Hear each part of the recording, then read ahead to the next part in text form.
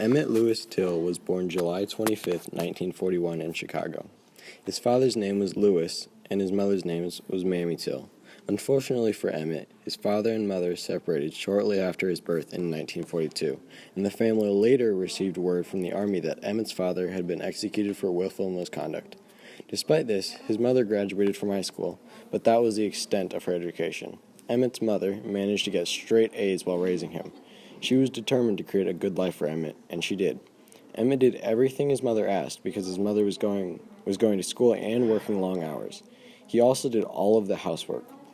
Emmet went to an all-African-American McGosh grammar school. Emmet Till's father and friends also knew him as Bobo. As a child, Emmet had polio, which left him with a stutter. Emmet had family in the North and in the South, and occasionally his family would visit from the South and visit him in Chicago. Moses Wright, Emmet Till's great-uncle, visited Emmet and his mother in Chicago in August of 1955.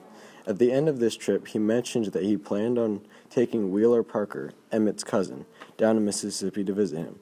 Emmet begged his mother to allow him to go to Moses and Wheeler, and she eventually agreed to let him go.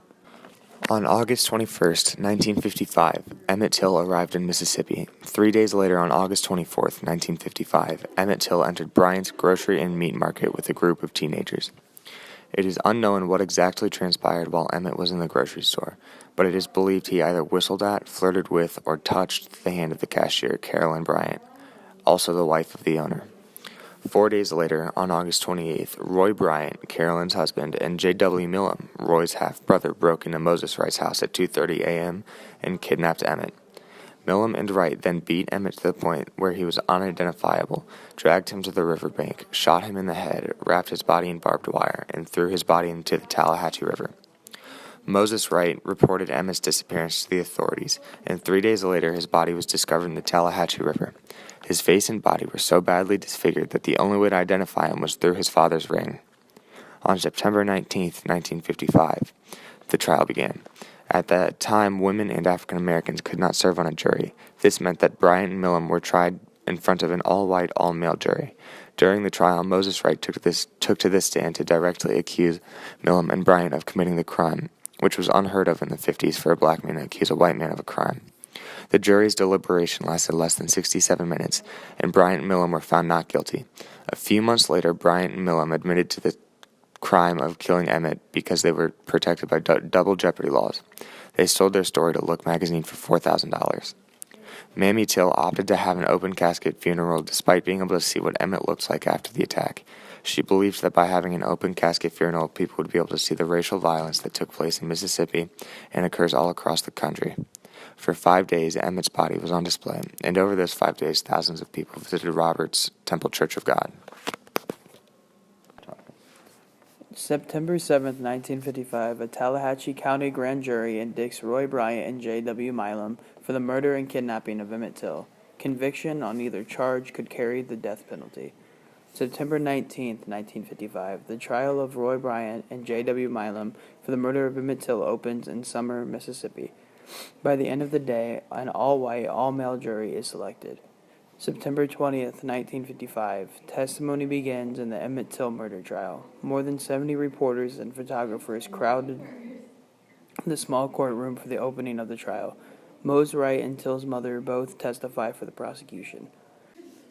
September 21st, 1955, the state presents 3 surprise witnesses, all African Americans, who testify they saw Millam and others around a barn or heard whipping and hollering from inside the barn. On the morning of the day, Till was believed murdered. September 22nd, 1955, the state rests in the Emmet Till murder trial. The defense begins presenting its witnesses. Carolyn Bryant testifies outside the presence of the jury. Sheriff Strider testifies that he thought the body pulled out of the river had been there from 10 to 15 days, far too long for that to be Emmet Till's. An embalmer testifies that the body was bloated beyond recognition. September 23, 1955.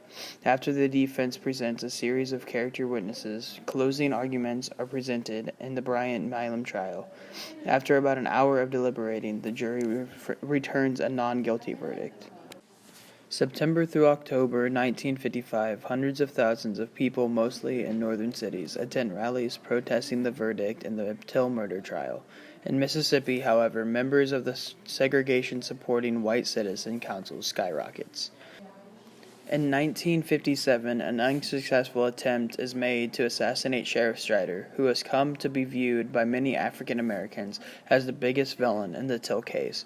In part due to publicity about the Till case, Congress passed the first Civil Rights Act since Reconstruction. During the Emmett Till case, rights were violated because not everybody got a fair say in the trial. The same sort of thing happens today with the censorship of sexual education. Throughout history, sexual education has been a very tough topic, and it still is. In the U.S. specifically, it is a very taboo topic, and it is taught very closely to the way it is represented in movies, which is very uninformative and without care. Sexual education plays an important role in preventing STIs, teenage pregnancies, and sexual violence. It strengthens children's and young people's confidence and enables a healthy approach towards sexuality. The Swiss have a very drastic version of sexual education compared to the U.S.